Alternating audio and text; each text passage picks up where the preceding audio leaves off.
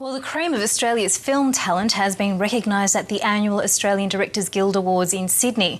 Last night's winners included Chris Lilly for Angry Boys, Home and Away director Jeffrey Nottage and Matthew Saville for The Slap.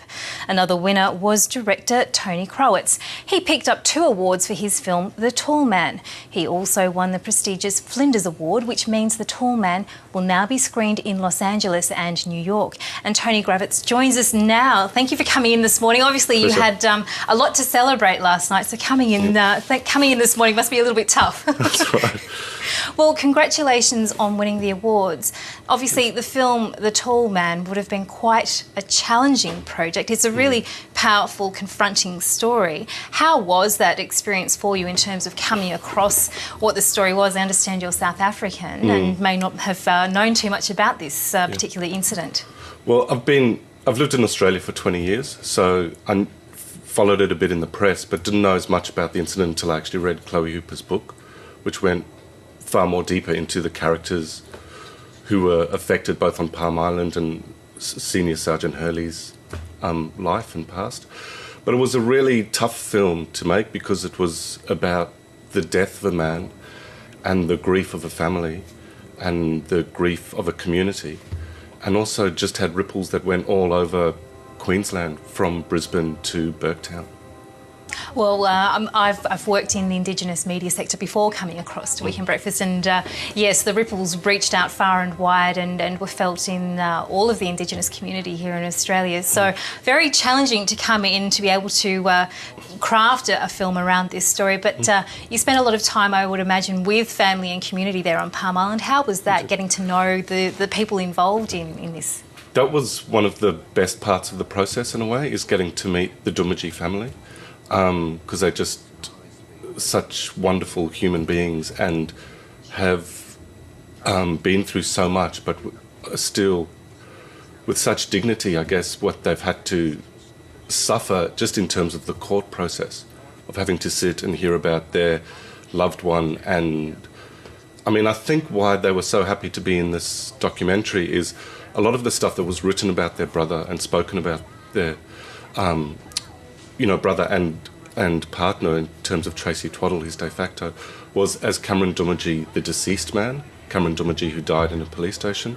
Whereas what we were able to do with the documentary, which they were really appreciative of, is to show Cameron Doomadgee the man and his life and what he gave to the community and his family and his son. And that was a really powerful and also really moving part of the process. And I suppose one of the things that obviously would continue to cause upset for the family community is that there are still so many questions, aren't they, around what actually did happen and the processes around how this case was investigated and looked at. Yeah, well, just in terms of the case comes down to a few minutes where the 2 men supposedly, Chris Hurley says they fell and, tripped over a step and fell. And so what actually happened, the 2 main characters in that fall, Cameron Doomadgee died. Chris Hurley is an unreliable witness in some senses, and that's how the last coroner kind of saw some of his testimony. And the other 2 people that saw were really interesting and actually speaks a lot, I think, about colonial history. One was a police liaison officer, an Aboriginal man who's in a caught between 2 tribes, as it were, the police and Indigenous, his own community. Also an unreliable witness. And another man who'd been arrested before, who had been drinking through the night and beaten up his girlfriend and her 2 sisters.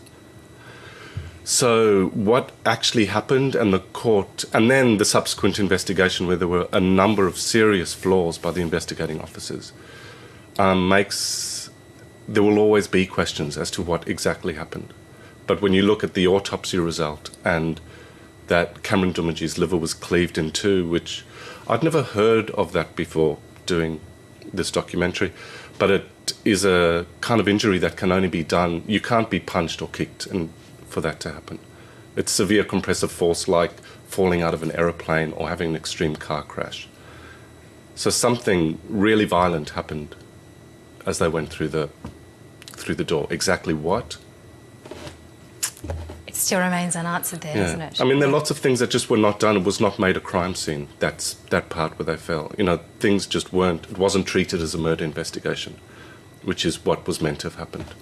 And in terms of going through this process of making this film and being with family members and the community there, do you think in some respects that them being involved in, you know, the telling of this story has helped them to come to terms with this situation? Yeah, I think it's helped them a lot. It's really hard to talk about coming to terms with it because they were always living with the grief. And also, I mean, Cameron's son committed suicide about a year and a half later.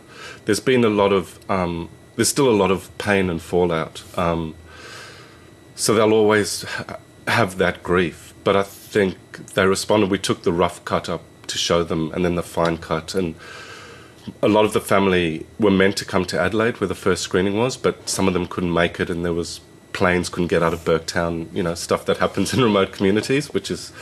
But 3 of the family came to Adelaide and saw it there again, and they all are really happy with the film, and they do get a lot of peace from seeing, like I said before, their brother represented for his life and not just his death.